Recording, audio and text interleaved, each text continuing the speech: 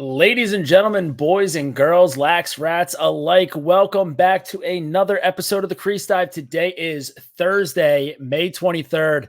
Boys and girls, we are down to the final weekend of the college lacrosse season.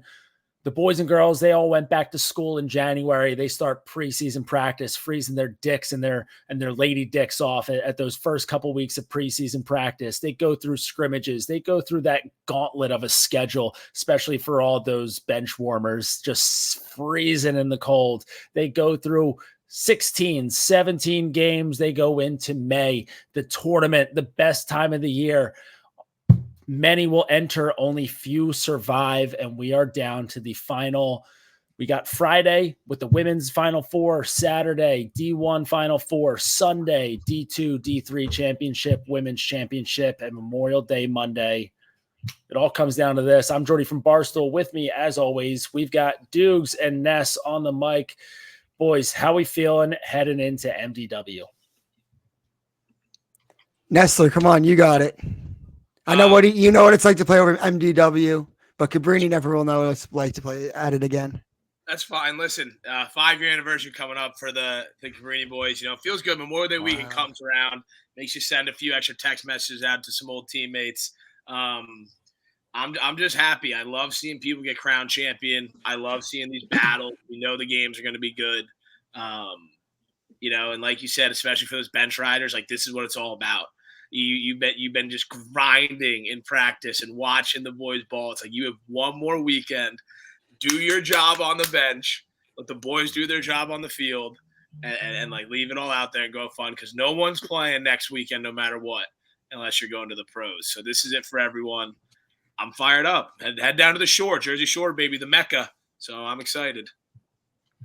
Yeah, I think for the bench guys, losing in the quarterfinals is by far the worst time to lose because it's like either like bounce me in the first round, don't put me in the tournament, or let's go win a championship.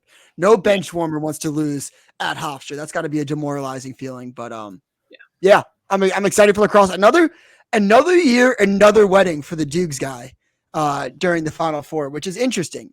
This is also not a family wedding. This is a girlfriend's family wedding. So I'm not so sure if I'm even going to watch the games. Like that's just straight up. Will I be like checking the scores for sure? But I'm not sure if I'm going to be able to watch a face-off.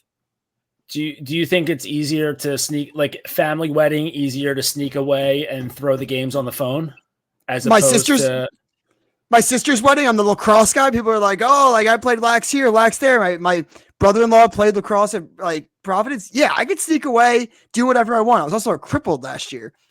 I have to impress the girlfriend's family. I got to impress the step family. Like, fuck no. Like, I am not, ladies and gentlemen, boys and girls, I am not a lax rat this weekend. I am going to be a good boyfriend, but it's kind of crazy. Like, what's the odds 2 years in a row?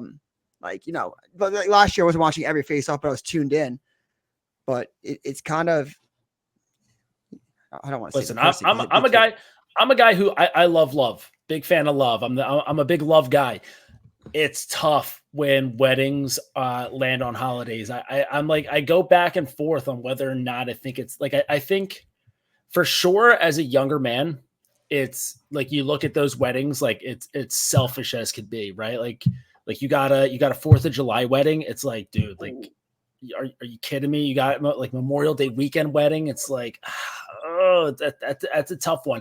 As you get a little bit older, I think you start to, I don't know. It's like the New Year's Eve wedding is a good one because it's like, you think so? Yeah, because like I wasn't never really a big like, hey, like let's go out New Year's Eve type. But if you have a New Year's Eve wedding, it's like, all right, cool. Like I got something to do.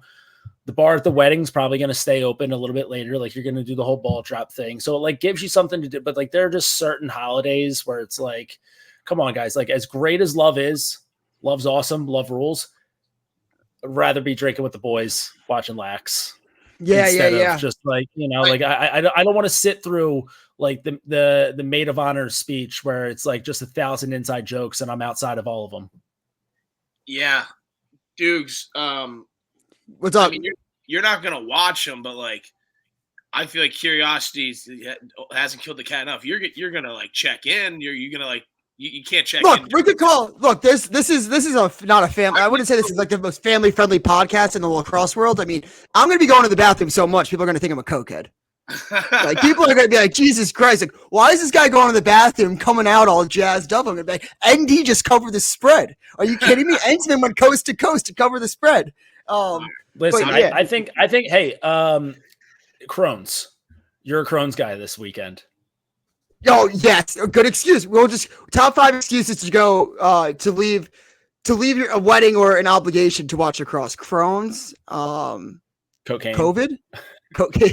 sorry guys. I gotta go. Sorry guys. The overlap too is it's believable for a bunch, but Crohn's and cocaine, the Memorial Day special. Real quick, I just wanted to, because I don't know this, and I want to know if you guys know this, because we did talk a lot about bench warmers, and I have such a soft spot in my heart for bench warmers as one myself. Has the NCAA finally gotten rid of that rule where you can only dress so many guys for the tournament, or is that still okay? 32 people. Yeah. Indeed. Is it the same thing for D1 or just other divisions? I thought Division 1 was dress whoever you want. No, I saw that. What's your name? James Ball. I think they carry the people because like D1 is like they come on broke. They're not a bunch of broke bitches. But I know like James Ball, Georgetown used one of their spots on the 32-man roster for James Ball last week. Yeah, I mean, you always have like that first row of guys behind the bench in the stands, like wearing the polo, a part of the team, but they can't be on the sideline. But I hate to interrupt. We're gonna have to get to the bottom of this. I am 99% sure that I even made a comment this weekend that how big the Virginia team bench was. There's no way it was 32. 32 is very small. They had like 50 to 60 dressed. I know D3 is what Jory's talking about, where the rule is you can only dress 32, and that's when you get the guys in the polos in the little like student section. They like. Because sometimes at one point they like weren't allowed. They're not allowed to be on the bench. They have to be like separate by like a little bit. But I don't think that's a rule for D1. I think that you're wrong. I'm gonna get to the bottom of this. That was definitely a rule for D2, D3. Like there was definitely a time where you couldn't dress. Like if you had 50 dudes on your team, you had a group of 18 guys sitting behind, like in the stands. In that first row, wearing their team issue, and then like if your team wins, like you'd have to, they'd all like jump, and like there have been like times where like security has been like, yo, you guys can't go on the field, and they're like, we're a part of the team, dude, like fuck off. I'm gonna look for the picture. It's right here. It says 32-man eligible list. Right. Yeah. So I guess you can't dress more than 32. That's insane. Nestler's still gonna dig. Yeah, I'm gonna be digging. Yeah, I'm about to dig. It's heavy. I will say, Nestler, that when I was at the game, my dad was asking like, who's all the people at the end of the Maryland bench that like weren't dressed. But I do also wonder. That was the Geek Squad to make sure that they could fix the iPad. That actually, if Maryland had a Geek Squad, put them up like in the smart car, that would be so awesome. But I wonder if like can you dress like when you got pulled up from like JV to varsity and you're wearing like number like 57 and you're a midfielder, they're not going to go in, but like can you dress but not be eligible? I wonder if that's why the Virginia bench looks so big. That might be the case because there were a fuckload of people on the bench this weekend. Mm-hmm. Yeah, so maybe you can stand, but you have to like hand in like, hey, like these are our 32 guys that we're gonna use, and the other guys are just can fuck off, and they're just doing the bench mob sellies. Yeah, I think. Yeah. Oh! One more thing before we dive into the games. I feel like I'm turning into an old man before my very eyes. Going off the bench mobs. Bench too mobs. Much? No, I'm fine. Bench mob guy myself. I love the bench mob. When the bench mob leaks onto the field, and I was like, I was screaming and I have to be like, that should be a penalty. That should be a penalty. Like especially like they'll do the drop down into like the sniper. Yeah. Like the drop down roll sniper. There's always 4 or 5 guys on the field. If you anything before the line, I don't care how heinous it is. I'm not even talking about like the celebrations themselves. They're touching the net. They could get a crease violation how far they go out, and none of them are even dressed. So like that was one thing. Yeah, legitimately, Garrett Ledman was touching it. he wasn't even on the field and he was touching it. But you know what? Yeah. I wonder though. Real quick, because John Tillman, I know you're listening to this right now. I wonder if there is a rule about something like that, and like you get scored on, and like you can say to the ref, like, "Yo, like they just had 19 dudes on the field. Like we should get possession like on this next faceoff." Not that like Maryland would need it because Weirman's going to win all the faceoffs this weekend, but like if you're a team struggling at the faceoff stripe, maybe ask. You're just asking the questions for the ref. You're not asking about a rule. You're just asking the questions. All right, so. I figured it out. All right, I found a national championship photo of the anthem. There is like 50 guys dressed on each side. We must have been on the right last track. year. Yeah, I'm looking at it right now. Count. The exact number. Dukes, we're trying to keep this episode short. We can't have Ness count those. Yeah. You guys have gone, but we were right. It seems like maybe you hand in an eligible roster, but everyone's allowed to dress. So I'll get the number right now. Oh my God. Okay, really quick before we dive in, could you imagine that's how like Virginia loses? Tillman. That I see the script. Tillman's gonna be like, wait, he's not an eligible player. He's gonna like check the lineup like it's a baseball game. And see that like this freshman who's never touched foot on the field for Virginia, who had like 5 goals, and Virginia's going to get disqualified. Steps on the field during the bench mob. Not yeah. I will say before we jump in, before we jump in, there we go.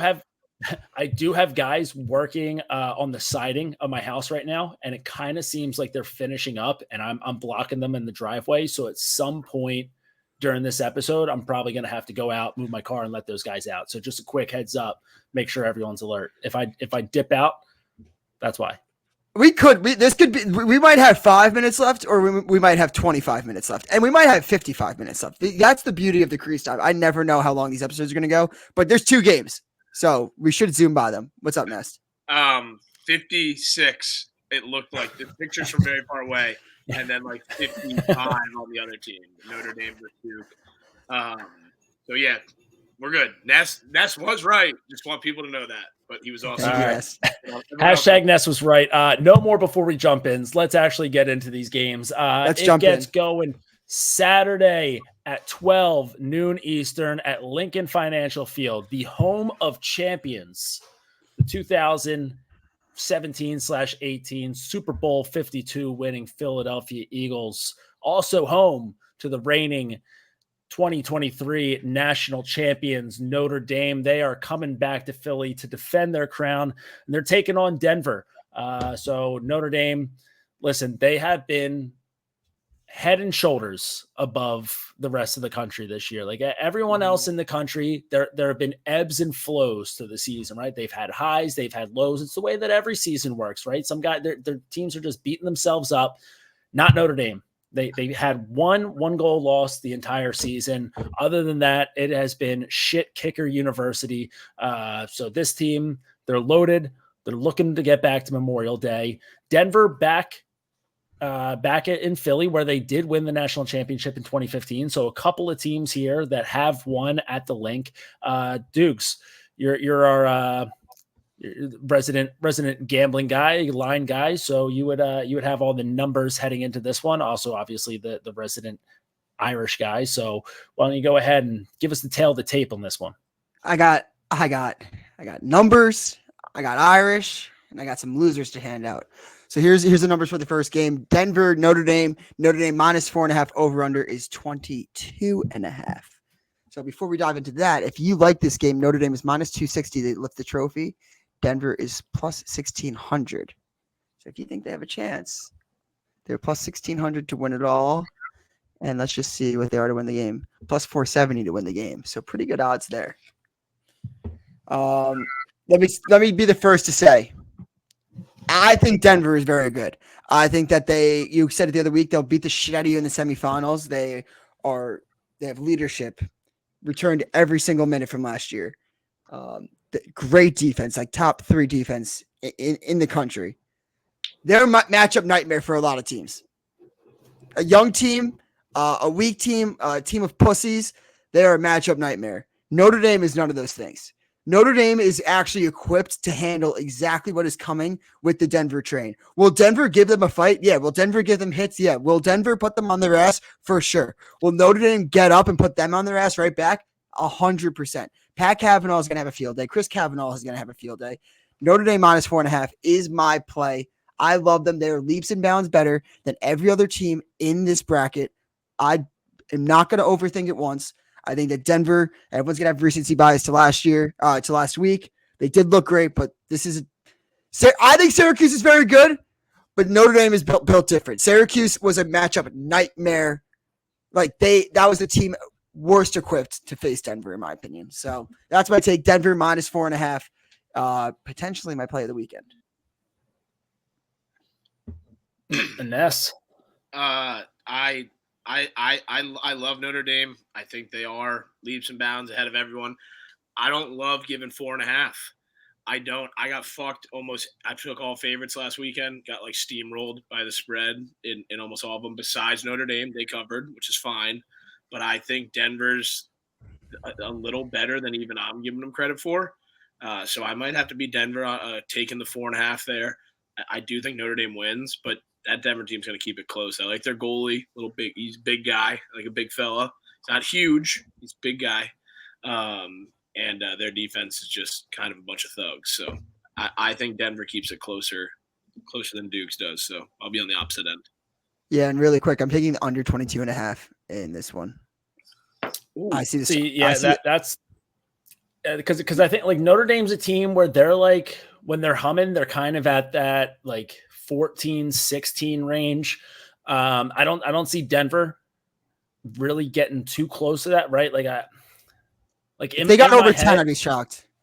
In my head, I'm looking at a 12-9 win for Notre Dame. That's just kind of close my eyes, picture myself at 2:15 on Saturday. At that point, I would have already eaten about 7 press box cookies, probably gassed a couple Coke Zeros. Listen, tune in. The real matchup this whole entire weekend is going to be myself versus Dan Arestia in the press box. Who can slam the most chocolate chip cookies? I've got the over/under on day one set at about 20. Probably the same thing as this game, probably 22.5. But picturing that score, I'm thinking 12-9. It's going to be kind of a battle between the boxes, a lot of bodies flying around. I don't see Notre Dame making a ton of mistakes and pissing away too many possessions. So I see them getting close to that 14, right? So that 12, 13 maybe. And if Denver can get over 10, I'll be pretty shocked. So I would probably feel pretty comfortable with the under in that one. Listen, I just think that Notre Dame, they've been so consistently dominant all season long. They don't drop games. Denver's been great this season too. I don't necessarily know how great their wins have been this year. Outside of February, they, started off the season with a good win against Hopkins. Hopkins was a really good team this year. They got a win against Cornell. Cornell was a really good team this year. Should have, could have, maybe would have been a tournament team. After that, I don't know, they lose to Yale, they lose to Duke.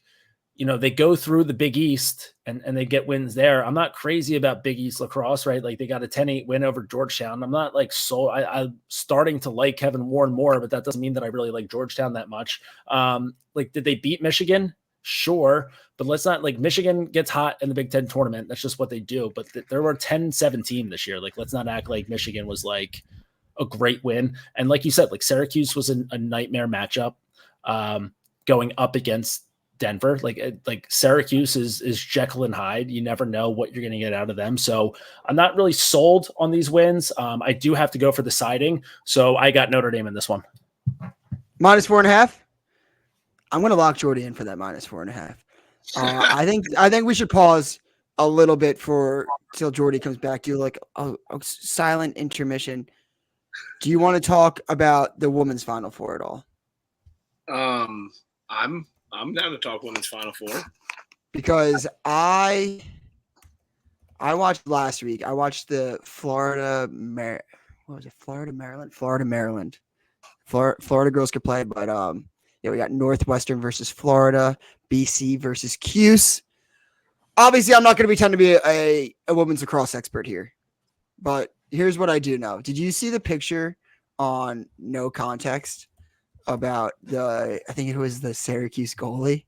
Have you seen this? I don't think so.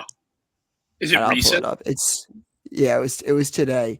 It was very, very funny. If you're not listening, if you're listening right now, stop it, go to YouTube, and I'll pull it up. Where's they're not that No Context really isn't that active on They come comes in waves. On Twitter. No, they bounce around. Let me go to there. Shit, where is it? All right, I can't find it. Fuck. Maybe it wasn't on No Context, whatever.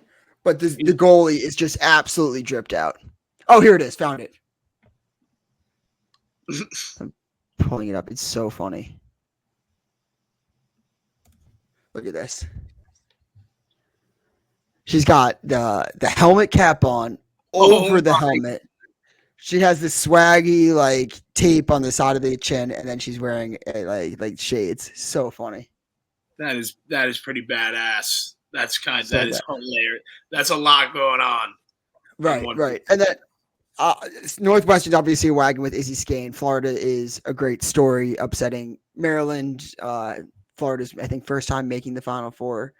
BC, like 8 years in a row, making the Final Four. Syracuse back under Kayla Trainer. I like BC. Their goalie that I watched, I don't want to botch her name. I'm not going to pretend like I know it off the top of my head, but she's a fucking stud. Belle Smith is also an animal at the midfield. I want to see BC win it again. I like watching BC women's lacrosse, but that's my minute of doing women's lacrosse. Who are you pulling for in the women's side? I'm kind of same boat as you. Not gonna pretend like I know tons about women's lacrosse either, but I do know BC lacrosse has been very dominant and been doing a lot of Final Four weekends. Jesus, I got some coming out of my TV or out of my computer. Been to a lot of Final Four weekends, so seeing them win it would be I'd be okay with that. And if I had to pick a team, I'd probably pick them. I also do know that Izzy Skane at Northwestern is absolutely an animal. Yeah. So. Broke the goals record for NCAA, but yeah, she's a wagon. And then on the high school scene, there's rumors coming out of Long Island that I want you guys to put to rest that Garden City lost to Manhasset, which did not happen.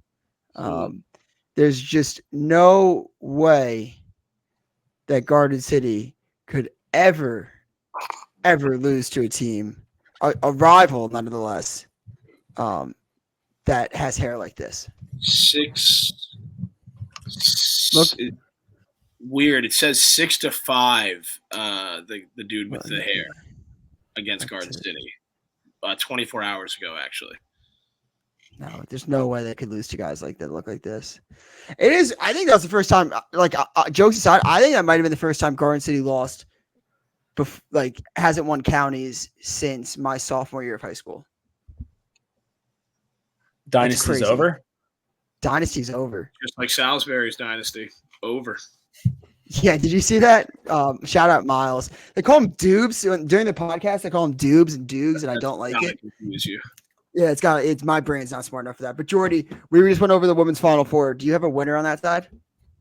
I'm just gonna continue riding the Izzy Skane train. She's electrifying. Absolute name for a train. Yeah. So Skane train pulling into the station. I like seeing Florida in there. Like that's cool. Like so it's like I feel like it's just been BC, UNC, Northwestern, and Syracuse, like kind of just like rotating over the last few years. So good to see Florida get in there. Yeah, I mean, maybe I would like to kind of see Syracuse get it like just as a little like thanks for coming out, Gary Gate. See them get it done after he moves on from the women's program. So give me Northwestern versus Cuse in the final, but Skane train, Northwestern Wildcats repeat. I think it's going to be 2 repeats probably this weekend.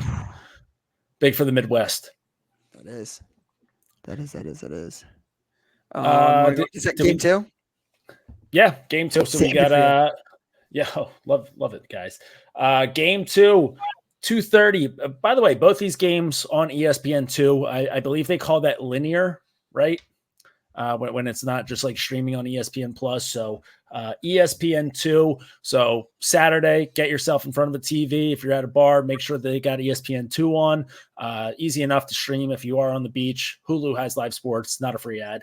But ESPN2, 2:30 or whatever time after Notre Dame Denver wraps up. Virginia taking on Maryland.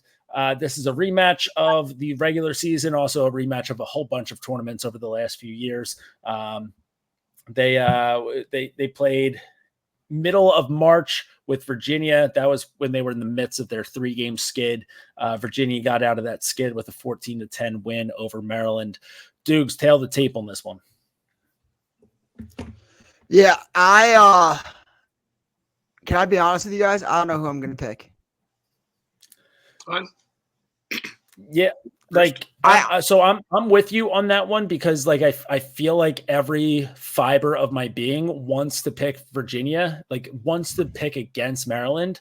And we've been burned by Maryland for multiple weeks in a row here. Yeah. It's, how big's that spread? 2.5. Mine is 2.5. Over under is 24. Virginia's minus 2.5. I'm sticking with Virginia. I do think that Morris and Cage is the X factor. I think that if they do raise the trophy, we're going to look back at that and be like, that was such a great decision by Lars. It's tough. I don't think there's that big of a discrepancy at the face-off X as some might think. I think it was pretty even the first time that they played. McNaney has been solid in Cage.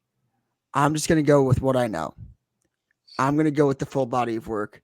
I'm going to ride Shelley. I'm going to ride with the team that I think has the most talent. I'm going to ride the team that has the best player. And if it fails me, it fails me. But I'm going to go Virginia minus 2.5. This defense is built differently on Virginia than the Duke defense as well. Duke's got talent. They've got grunt. They've got the short, stocky, but that length is going to bother, I think, the Maryland attackman, especially Erskine. Given the speed, that length will bother him with the speed. I think it'll slow him down.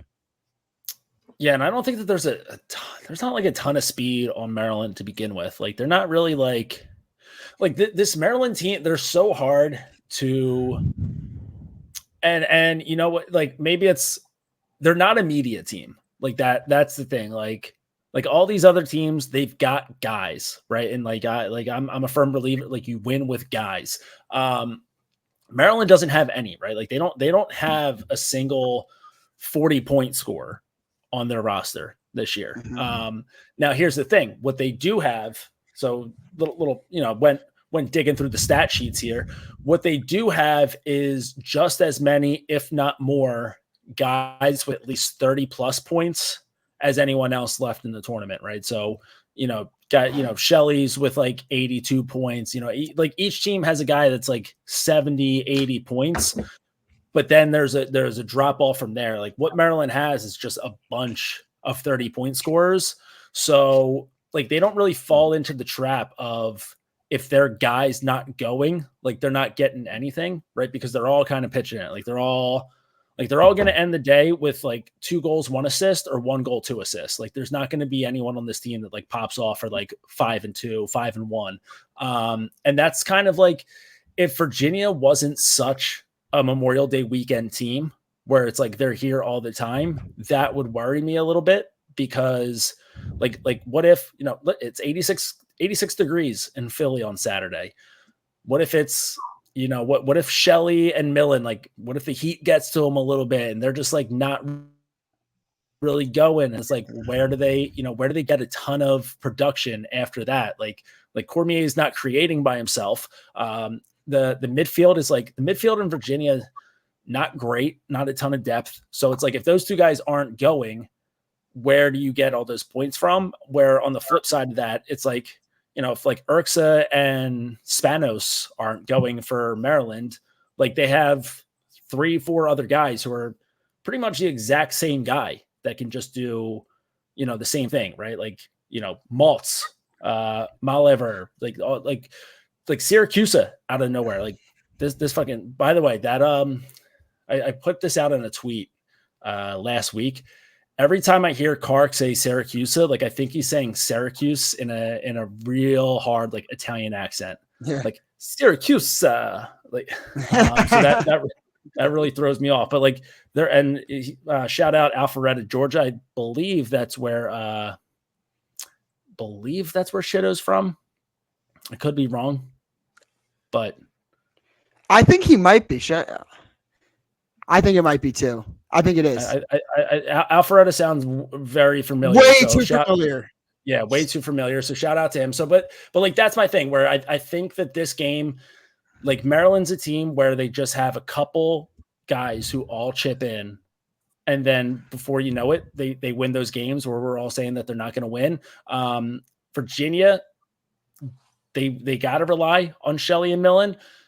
The only thing is I don't see either of those guys disappearing. They're both so fucking good. They're both so good. Like Millen is unbelievable. Best freshman in the country. I mean, Shelley is Shelley. So I don't see those guys having a disappearing act on Saturday. So I do have Virginia in this one. I don't know if Maryland's going to win enough one-on-one matchups to get as much out of their offense as you're going to get on the other end with Virginia. So that was just a real roundabout way of me covering my bases, saying that I think that Maryland's a lot better than we give them credit for, but Virginia still wins. Yeah, I do. One thing I'll just respond to really fast is like I do think that Urska is what makes the butter churn for Maryland. Like someone like Maltz or Syracuse, like I don't think has a big game without the way that like Urska was able to beat his guy against Duke. I do agree with you though. Like they just have a bunch of really good players. Not like anybody that just stands above the rest. I will say somebody who said like we were talking about in line going to Hofstra how I think that how Pat Cav was just like the man and really good. And somebody was like, yeah, but our guy on Maryland is better. And I had to think for like 10 minutes who it could possibly be. He just said our guy on Maryland. And I was like, was it Urska? It's gotta be Urska. I was like, but it could be Spanos. And I was like, who the fuck is this guy talking about? But that's my little tidbit. That just explains. Did you ever find out? Because they don't have a guy. No. That's what I'm saying. Like it's very funny. Like to like I was thinking like last week I was thinking to myself like who could they be talking about? I came back to my own personal conclusion. It has to be Urska, but that just shows you. I think it's the defender. I think he was talking about like I don't think he meant an offensive guy. Yeah, saying that Ajax will clamp him up. Trying to be like he's a better player than Kavanaugh, and like you were like, what fucking offensive player do they have that's better than him? But that to me, that's the only guy he could have been talking about. But I'm also done. I'm done sleeping on Maryland. By the way, they fucked me 2 weeks in a row. I feel like it's fool's gold for me to bet against them again. So I'm just going to take the 2.5. That way I can just root for a close game. I love watching Millen and Schellenberger go to work. I think McCabe's really special. But Maryland just finds a way to keep fucking getting it done. So I'm just going to root for them this weekend, at least to keep it close. I'm like everyone else. I'm not really dying to see them win more than they have. So fair. Do you want to give championship picks? I guess. I mean, I don't know if you guys want to do an episode. I guess we're just saying this out loud. Like, I don't know if you guys want to do an episode in between, like on Sunday or Saturday after the games. If you want to, more than welcome. I think we kind of have to, right? We don't want to give a championship pick and they don't even play on Monday. Okay, perfect. How about this? If you guys do it Saturday, if you guys do it Saturday after the games, I'll call in from the wedding for 5 minutes just to give my pick. I will get yelled at. We are not. This is just between me and the lacrosse community right now. We are not telling my girlfriend that I'm doing this. Are we going our live show? Maybe. Let's go live show. And we'll just see. Like maybe everyone like get a Venmo for the bar open bar. I'm hoping. Get a Venmo for the bartenders and just let's see if the live show can keep tipping those bartenders. making sure that they take care of Dukes all chats, day. And reading super chats only for the national championship. But maybe we hit a really quick one on Saturday after the games. Yeah. Yep. I'm down. I will be bevied up, but that's when my opinions are the strongest. So I will be ready to go. We can make two really quick champion picks though, because on Sunday we've got the D2 and D3 national championships. 1 p.m. we've got RIT taking on Tufts in the D3 national championship, and then at 4:00 we've got Adelphi taking on defending champs Lenore Rhine. I do want to say real quick, dude, RIT, just looking at what these guys have done this year, they are fucking nasty. They have two guys on their team with over 100 points. So Tufts has one guy, a sophomore from Florida, with over 100 points. Pretty sick. RIT has two of them. One of them, Clifford Gaston from Welland, Ontario, same hometown as Paul Biznasty Bissonette. So just a couple legends coming from Welland, Ontario. RIT, Jerry Raganese, friend of the program. Listen, love Coach D at Tufts. Great guy. Also a friend of the program, but got to ride with Jerry. Maybe I want to know. I don't know if I've actually seen if Jerry is coming to Philly this weekend. I know Nick Acello will be coming to we'll be here this weekend. Maybe I don't know for Saturday. Well, I guess probably more for Saturday. But yeah, so two guys that are follically challenged. Hopefully coming to Philly this weekend. So I'm riding with RIT in that one. I mean, Ness, you're the only D3 natty champ on the pod. So I feel like you're the most equipped to make a pick here. Yeah, listen, don't get it wrong. Listen, if we run out of time, you pull me back like a bulldog. I got a few things to fucking say here. All right, RIT is my pick to win the national championship, and here's why. It's all pride based. One, they're nasty, but I think RIT and Tufts are two of those teams. I'm like, they're up there with Salisbury. They're some of the best teams in D3. Sure, Cabrini doesn't exist anymore. I can say whatever the fuck I want. So the reason I'm rooting for RIT, if you look back at the last 7 years in Division III, Salisbury has won national championship. Cabrini has won national championship. There's only one team in the country that has more than one, and that's RIT. They've won 2 out of the last 3. If they win this next one, they will have won 3 out of the last 4. Correct? You're hearing me? And Salisbury will have 3 out of the last 10. So if I can have RIT take over Division III lacrosse and be alive and in college and part of the Salisbury falling apart and not being the face of Division III, I'd love it. You can't erase history. Salisbury's great, but I want RIT to be the new face of Division III lacrosse. Because guess what? We never played them at Cabrini. We have no beef with RIT. You know, they might be up there with the Washington Lees of who I'm going to root for next year. So RIT Tigers, it's a fuck Salisbury pick. All the hoot and hollering. I know there's a Salisbury kid. Shout out, Joe. You're listening to this. Fuck you and your whole team. You guys blew it. You had a chance. Never will have that team ever again. Fuck off. I love it. I also have a great D2 pick, but thank you. That was I needed to get that off my chest. Badly. I'm taking Tufts. I hung out with them at the PLL Boston quarterfinals last year. They're good guys. Coach D gets a lot of hate online. That's like unnecessary for like just being a nice dude and like just wants everybody to get along. I think it's just crazy. Just the burner accounts for I'm gonna get called like a lib now. But I don't know. I think that you can't catch too like this isn't even like lacrosse based. I just think that like if Tufts lacrosse or if Coach D is catching what like seems to be too many L's online, I always think that a W is coming. And if you're catching too many W's, an L is about to come. So I'm riding with Tufts. I think a W is warranted for Tufts. And it's not even like no lacrosse analysis, just based off vibes. Fair. D2. Who's Adelphi playing? Because they're going to win. Adelphi's got Lenore Rhine.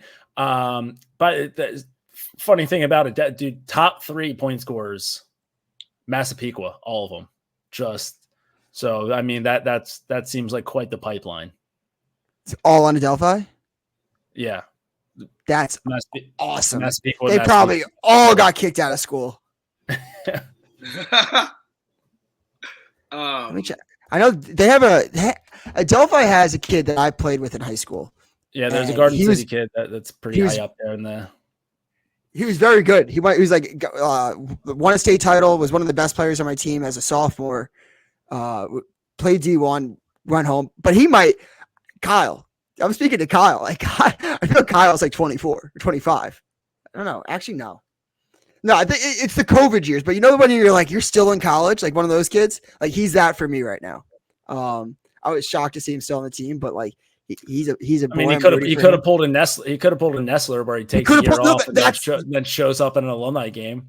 I legitimately was wondering that. I was like, did he pull a Nestler? Did he like do a gap year and I just didn't know about it? And he's still on the team, but I'm rooting for him to win a national championship. That would be very cool. And I think the Delphi goalie, from what I've seen, is a freaking stud. Yeah. Lenore Ryan and anybody that went to Cabrini is fucked. Yeah, so I mean, Dukes is like, for someone who backs Dukes as much as I do, he just pounds me with hate. It doesn't faze me anymore. Listen, I'm a punching bag for him. That's fine. I'm okay playing the role. I can take it. Like as long as it makes him happy. My job here is to make Dukes and Tori happy. However, he's wrong as fuck. Lenore Ryan has the best goalie in Division III. His name is Rob Pensabeni. He hails from the great Cabrini University. Former real good goalie pal of mine. Played 2 seasons with him. He's up to something. Handed them their first ever national championship as a school last year, coming off the bench late in the season and being the goalie for the tournament. He was an All-American this year. Listen, he's got that dog in him. He's tall as fuck, and he's playing back in Philly where he's got unfinished business. Give me Lenore Ryan back to back, and fuck all the Island boys for this weekend. I'm usually a Long Island lover, but not this weekend. There's just simply too much Long Island on Adelphi. Adelphi's so due. Gordon Purdy is so due. The original dudes. Brendan McDougall, the goalie at Adelphi, my cousin, absolute stud. He's due. These boys are due over at Adelphi. Where is Adelphi, Nest? Where is Adelphi? Tell me where it's fucking located. Where is Adelphi located? Couldn't tell me. Garden City, New York. Garden City, New York. And people think because we lost him in Hassie yesterday that Garden City's not going to get a banner this year. Wrong. Garden City doesn't go a year without a banner. Raise the banner right now. Adelphi for the championship. If there's blood, if Dukes has blood with Adelphi, whatever it is, now it's personal. I really hope they lose. Really hope they do. Yeah. Now it's on. But all those Long Island boys are just so pissed off they're not at the beach this weekend. They don't want to be in Philly. Wow. Like, give me the Parker House. Like, strong word. Yeah. I know. I need to get my Parker House VIP ASAP. If anyone knows the guy, let me know. Listen, here's the thing. They play at 1:00, right? So the D2 game's at 4. Either way, like they just want to get out. Like they want to get out of there, go to the beach. They'll still have Sunday night of Memorial Day. They'll have Monday, right? Like they're just thinking about getting to the beach. Lenore Ryan thinking about going back to back, taking that bus ride back to Virginia. So just getting hammered. I will say, Dan Aresti has the chance to do the funniest thing this weekend. And who's an alumni of Lenore Ryan? Anybody know? I know one guy who went there for 2 years, but he's also a Cabrini guy. Shout out Colton Padgett. Well, hold up. Who's the same? One of the kids transferred to St. Joe's. It's a comedian. Who? Tom Segura.